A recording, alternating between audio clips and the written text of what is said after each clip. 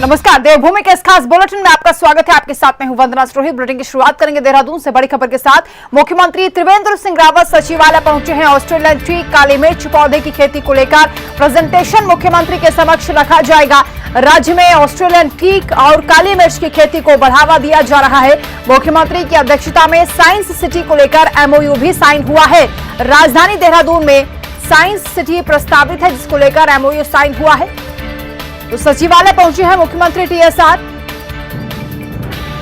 यहां उनके सामने प्रेजेंटेशन रखा जा रहा है। काली मिर्च की खेती को बढ़ावा दिया जा रहा है, साथ ही साथ ऑस्ट्रेलियन टीक को भी बढ़ावा देने के लिए बातचीत हो रही है। प्रेजेंटेशन मुख्यमंत्री के समक्ष पेश किया जाएगा। साइंस सिटी को लेकर भी चर्चा हो रही है। राजधानी देहरादून में साइंस सिटी प्रस्तावित है। वहीं बीजेपी के प्रदेश अध्यक्ष बंशीधर भगत प्रदेश की सभी 70 विधानसभाओं का दौरा कर रहे हैं। बीजेपी अध्यक्ष के प्रदेश व्यापी दौरों के 3 चरण पूरे हो चुके हैं। फिलहाल राम मंदिर निर्माण को लेकर चंदा एकत्रित करने के लिए पार्टी ने अपने सभी संगठनात्मक कार्यक्रम और दौरे स्थगित कर दिए हैं, लेकिन 9 फरवरी से बीजेपी अध्यक्ष एक बार फिर विधानसभाओं में दौरा शुरू करेंगे।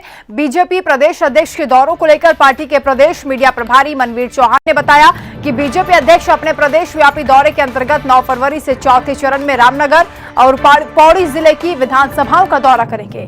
मीडिया प्रभारी ने यह भी जानकारी दी है कि 12 फरवरी से सभी प्रदेश प्रवक्ता भी जिलों में प्रवास करेंगे और केंद्र राज्य सरकार की उपलब्धियों को जनता के बीच रखा जाएगा।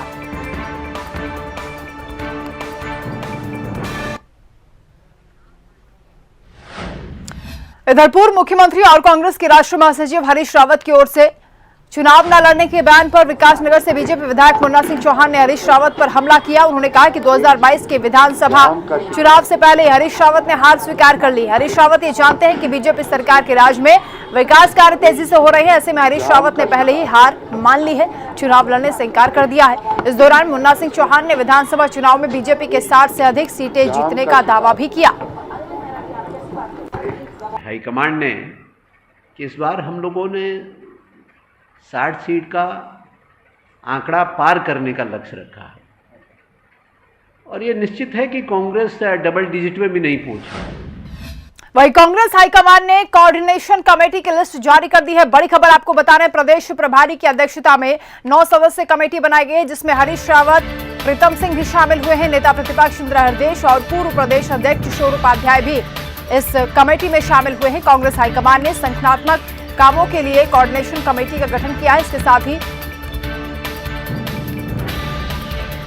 प्रदेश प्रभारी देवेंद्र यादव की अध्यक्षता में 9 सदस्यीय कमेटी बनाई गई है। पूर्व CM हरीश रावत, प्रदेश अध्यक्ष प्रीतम सिंह इस कमेटी में शामिल हुए हैं।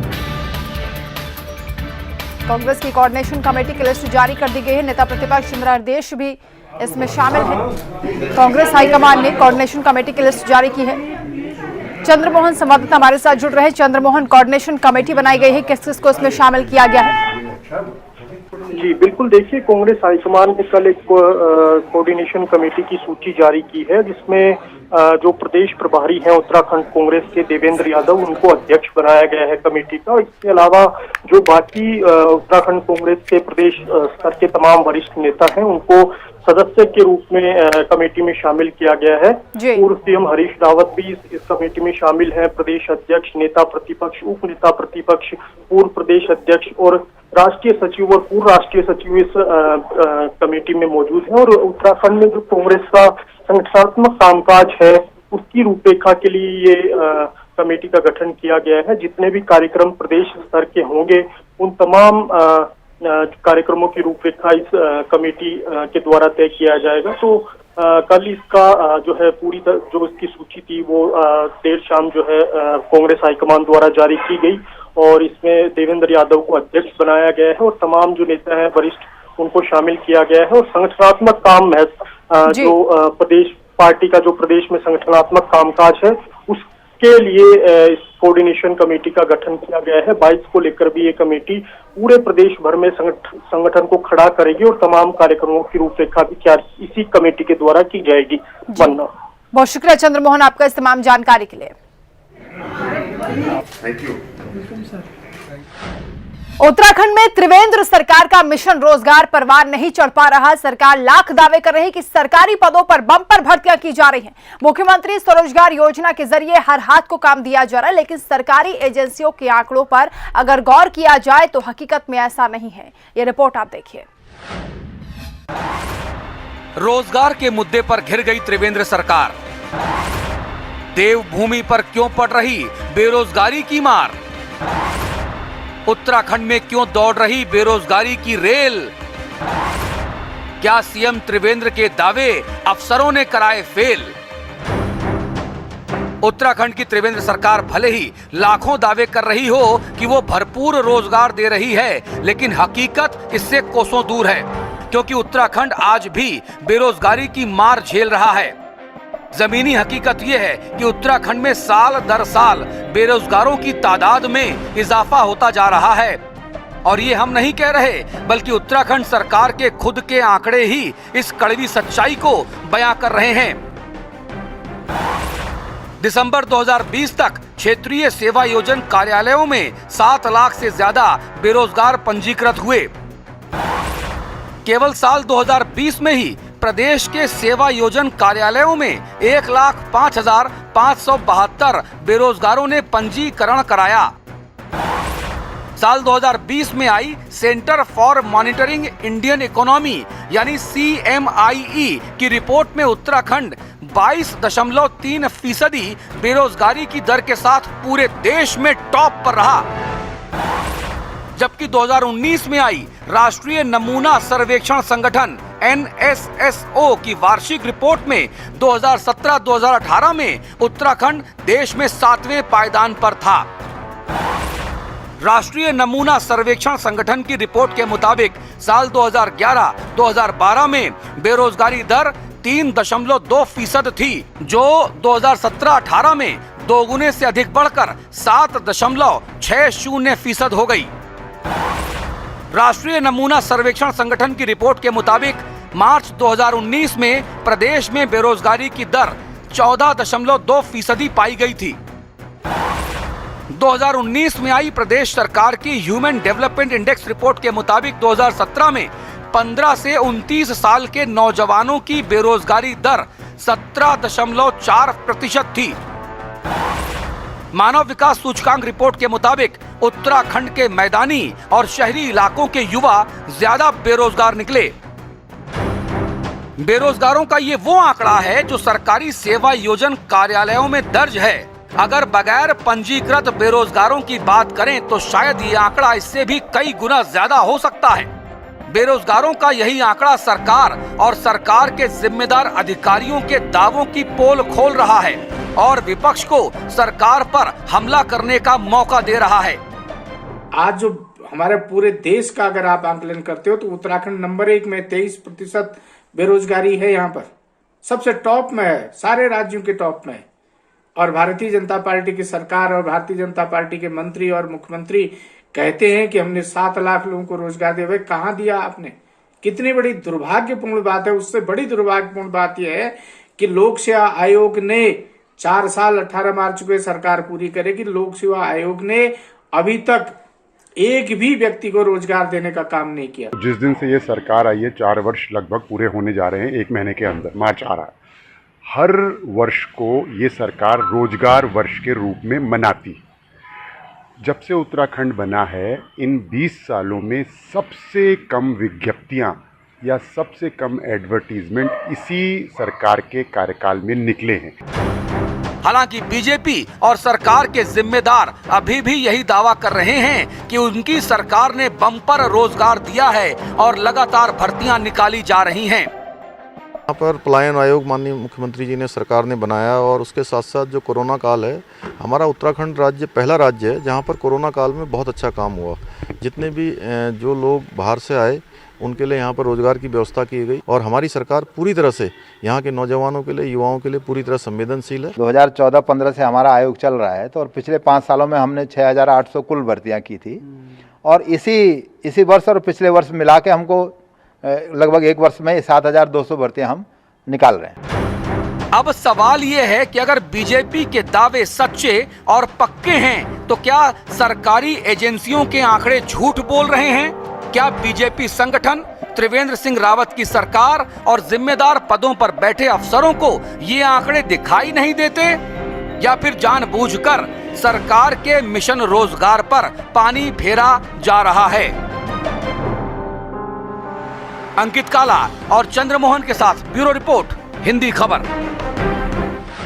चले खबरों में आगे बढ़ेंगे। उत्तराखंड में 8 फरवरी से खुलेंगे स्कूल। बड़ी खबर आपको बता रहे हैं। स्कूल खुलने के लिए राज्य सरकार ने एसओपी जारी कर दी है। स्कूल में कोविड प्रोटोकॉल्स का पालन कराया जाएगा। स्कूल खोलने से पहले सैनिटाइजेशन भी किया जाएगा। स्कूल में सभी बच्चों को मास्क लगाना अनिवार्य होगा। हर स्कूल में नामित होगा एक नोडल अधिकारी।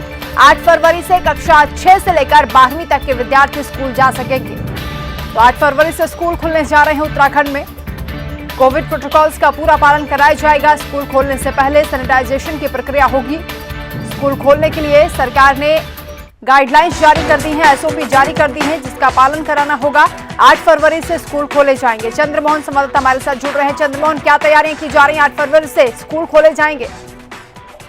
जी बिल्कुल, देखिए पिछली कैबिनेट की बैठक में राज्य सरकार ने 8 फरवरी से स्कूल खोलने का निर्णय लिया था, जिसके बाद अब स्कूल खोलने के संबंध में एसओपी भी जारी कर दी गई है और स्कूल 8 फरवरी से खुलेंगे। कक्षा 6 से लेकर 12 तक के जो विद्यार्थी हैं उनके लिए 8 फरवरी से स्कूल खुल जाएंगे। हालांकि जो 10वीं और 12वीं के बच्चे हैं उनके लिए पहले ही स्कूल खोल दिए गए थे। अब जो 6ठी से लेकर और 12 तक जितने बचे हुए हैं उनके स्कूल भी खोल दिए हैं। तो 8 फरवरी से जितने भी विद्यार्थी हैं 6ठी क्लास से ऊपर तक के सभी बोर्ड, उत्तराखंड में जितने भी बोर्ड है, चाहे उत्तराखंड बोर्ड हो या सीबीएसई बोर्ड हो, सभी के लिए स्कूल खोलने की अनुमति दी गई है। और स्कूल खोलने से पहले जो स्कूल प्रशासन है वो स्कूल का जो परिसर है उसमें अच्छी तरह से सैनिटाइजेशन उसका किया जाएगा और साथ ही जो अन्य प्रोटोकॉल है, सोशल डिस्टेंसिंग और अन्य मास्क सैनिटाइजेशन का काम है उसको भी पूरा किया जाएगा। पूरा जो प्रोटोकॉल है उसका ध्यान रखा जाएगा। हर स्कूल में एक नोडल अधिकारी नामित होगा जिसकी जिम्मेदारी कोविड प्रोटोकॉल का पालन सुनिश्चित करना ही होगा। तो 8 फरवरी से अब स्कूल खुलने जा रहे हैं। करीब करीब 1 साल बाद जो है स्कूल दोबारा से खुलने जा रहे हैं। पिछले मार्च महीने से ही स्कूल बंद है। तो अब सरकार ने निर्णय लिया है, जिस तरह से कोरोना का जो ग्राफ है वो लगातार नीचे गिर रहा है, इसको देखते हुए राज्य बिल्कुल सरकार चंद्रमोहन, क्योंकि कोरोना काल में कहीं ना कहीं छात्रों की पढ़ाई प्रभावित हुई है। ऑफलाइन उतनी गुणवत्ता पढ़ाई की नहीं हो पाती जितनी ऑनलाइन माध्यम से नहीं हो पा रही थी। इसलिए अब क्योंकि स्कूल खोलने का फैसला किया गया है तो अभिभावक और छात्र कितने उत्साहित हैं? जी बिल्कुल, देखिए पिछला 1 साल ये पूरा ऐसा ही गया है 2020 और अभी भी इस साल का दूसरा महीना चल रहा है। तो जाहिर तौर पर अभिभावक भी चाहते हैं कि बच्चे स्कूल जाएं और बच्चों को भी कहीं ना कहीं मन में ये है कि काफी उनकी पढ़ाई जो है वो स्थगित हुई है। ऑनलाइन हालांकि क्लासेस चली है लेकिन उस तरह से जो भौतिक रूप से जो कक्षाएं होती हैं उस तरह से ऑनलाइन माध्यम से वो चीजें नहीं की जा सकती। तो बिल्कुल जो है कि ये भी इसमें एसओपी में शर्त रखी गई है। अगर अभिभावक चाहते हैं अपने बच्चे को स्कूल भेजना है तो वो भेज सकते हैं, किसी पे कोई जोर जबरदस्ती नहीं है। सरकार ने ये जो है सहूलियत लोगों को दी है कि अभिभावक अपनी मर्जी से बच्चों को भेजें अगर वो आना चाहते हैं। और निश्चित तौर पर 1 साल का वक्त पूरा बीत गया है। 8 फरवरी से दोबारा स्कूल खुलने जा रहे हैं। वरना बिल्कुल, बहुत शुक्रिया चंद्रमोहन आपका इस तमाम जानकारी के लिए। तो करीब 1 साल बाद अब छात्र स्कूल पहुंचेंगे और बेहद उत्साहित हैं इसको लेकर, क्योंकि ऑफलाइन माध्यम से पढ़ाई की वो गुणवत्ता मिल पाती है। शिक्षक सीधे फेस टू फेस छात्रों से संवाद कर पाते हैं, उन्हें शिक्षा दे पाते हैं। चलिए खबरों में आगे बढ़ेंगे। पिथौरागढ़ से बड़ी खबर, जहां नेपाल से जुड़े सभी इंटरनेशनल पुलों को खोला जाएगा। केंद्रीय गृह मंत्रालय ने पुलों को खोलने की अनुमति दे दी है। पिछले साल 22 मार्च से ही नेपाल से जुड़े सभी पुल बंद हैं। कोरोना के चलते नेपाल बॉर्डर पर सभी इंटरनेशनल पुल बंद कर दिए गए थे। नेपाल पहले ही अपनी तरफ से सभी पुल खोल चुका है। अब गृह मंत्रालय ने पुलों को खोलने की अनुमति दे दी है। इंटरनेशनल पुलों के खुलने से बॉर्डर पर रहने वाले लोगों को भी राहत मिलेगी। तो 22 मार्च से ही नेपाल से जुड़े सभी पुल बंद हैं पिछले साल से, और अब ये पुल खोले जा रहे हैं। गृह मंत्रालय की तरफ से पुल खोलने के निर्देश मिल चुके हैं। कोरोना के चलते नेपाल बॉर्डर पर सभी इंटरनेशनल पुल बंद कर दिए गए थे। हालांकि नेपाल की तरफ से इन पुलों को पहले ही खोला जा चुका है, लेकिन अब भारत सरकार ने भी इसको लेकर फैसला किया है कि पुल अब जल्द खोले जाएंगे ताकि स्थानीय लोगों को भी इससे राहत मिल सके।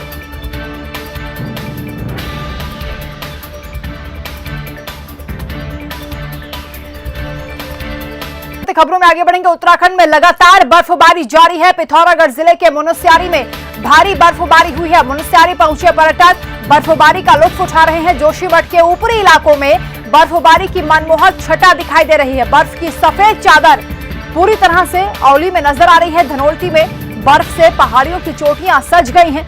मसूरी में जमकर बर्फबारी हो रही है। प्रशासन ने मोर्चा संभाल लिया है। मैदानी इलाकों में बारिश और पहाड़ों में बर्फबारी से ठंड बढ़ गई है। बर्फबारी के मद्देनजर एसडीआरएफ को भी अलर्ट कर दिया गया है। मुनस्यारी पहुंचे पर्यटक बर्फबारी का जमकर लुत्फ उठा रहे हैं। बर्फ की सफेद चादर से उत्तराखंड ढका हुआ नजर आ रहा है। जोशीमठ के ऊपरी इलाकों में मनमोहक छटा दिखाई दे रही है। बर्फ की सफेद चादर में औली पूरी तरह से ढक गया है। पर्यटक बेहद उत्साहित हैं, एंजॉय कर रहे हैं इस बर्फबारी को। किस तरह से लुत्फ उठा रहे हैं तस्वीरें भी हम आपको दिखा रहे हैं।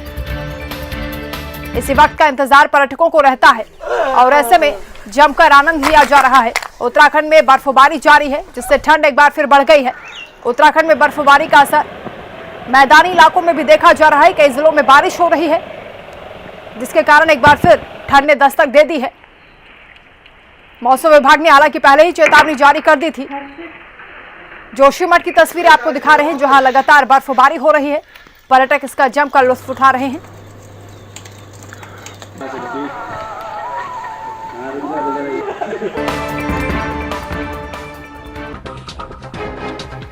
तो 5 तस्वीरें हम आपको दिखा रहे हैं। बेरीनाग, जोशीमठ, मसूरी, टिहरी, धनोल्टी, किस तरीके से यहाँ लगातार बर्फबारी हो रही है।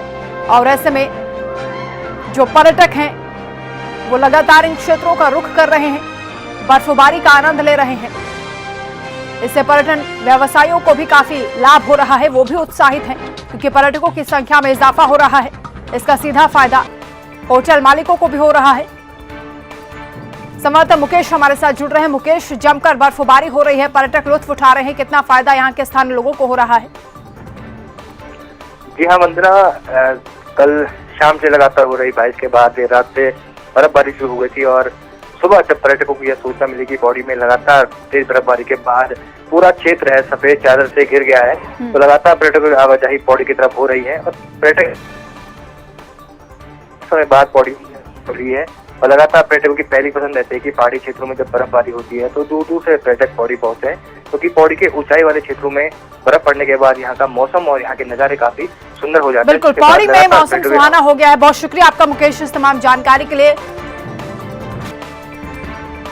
जोशीमठ से अभिषेक संवाददाता हमारे साथ जुड़ रहे हैं।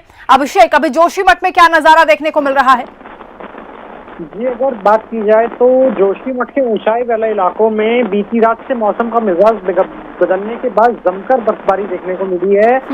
औली के साथ विश्व प्रसिद्ध पर्यटन स्थल जो औली है, बद्रीनाथ धाम, हेमकुंड साहिब, फूलों की घाटी, माणा आदि सभी पहाड़ी क्षेत्रों में जमकर बर्फबारी हुई है। और औली में बर्फबारी होने से जो पर्यटक हैं वो अब औली का रुख करने लगे हैं। पर्यटकों के साथ व्यापारियों के चेहरे खिले हैं, क्योंकि औली में जब पर्यटक पहुंच रहे हैं तो व्यापारियों के चेहरे खिलना स्वाभाविक है। और आपको एक बता दूं कि औली में पिछले कई दिनों से बर्फबारी का इंतजार किया जा रहा था। हालांकि औली में पिछले दिनों बर्फबारी हुई थी, पर तापमान बढ़ने के कारण वो बर्फ पिघल गई थी और एक बार फिर अब औली में बर्फ पड़ी है, जिससे कि पर्यटक औली का जमकर खूब आनंद भी उठा रहे हैं और औली की तरफ रुख भी कर रहे हैं।